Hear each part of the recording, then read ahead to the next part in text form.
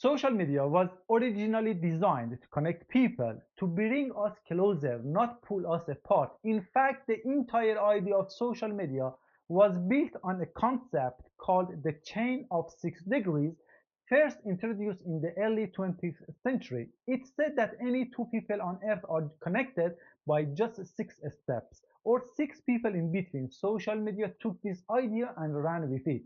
The goal was simple: help people build relationships, communicate with anyone around the world, and strengthen our sense of belonging as social human beings. But something was changed. Over time, these platforms stopped being about social connection and became more about media. Instead of using social media to stay connected, many people now use it just to consume content. The big shift, and it matters. You have probably heard the phrase content is king. That's exactly what happened. Content took over. The platforms became all about videos, trends, likes, and going viral. And when that happened, people stopped being participants in social conversations and started becoming consumers of never ending content.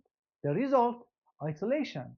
Instead of bringing people closer, social media now often leads to people spending more time alone, watching content by themselves, and feeling disconnected from real life relationships. And for teenagers, this can be especially harmful. Many teens today report feeling more anxious, more depressed, and more socially isolated, even though they are constantly connected online. Why? Because the connection isn't real, it's not deep, it's not human. We are interacting more with algorithms than with people, and let's be honest, we have all seen it. Teens scrolling for hours, watching others live their lives while missing out their own. Compare that to older forms of media like TV and radio. Those were more passive, sure, but they didn't replace human connection the way social media now does. So, what can we do? First, we need to remember what these platforms were meant to do: help us connect. Then, we need to use them mindfully, not just as media, but as a tool for real and ideal interaction. For teens, ask yourself: am I using social media to connect with real people or just to escape? For parents, talk to your teens.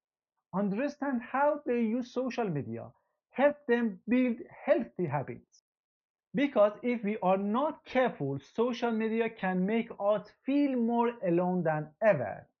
Even when we are surrounded by millions of posts, likes, and followers.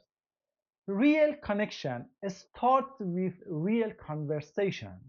Share this video with someone you care about, and if you'd like to explore more topics like this, consider subscribing. For the sake of teams, watch wisely, share smart.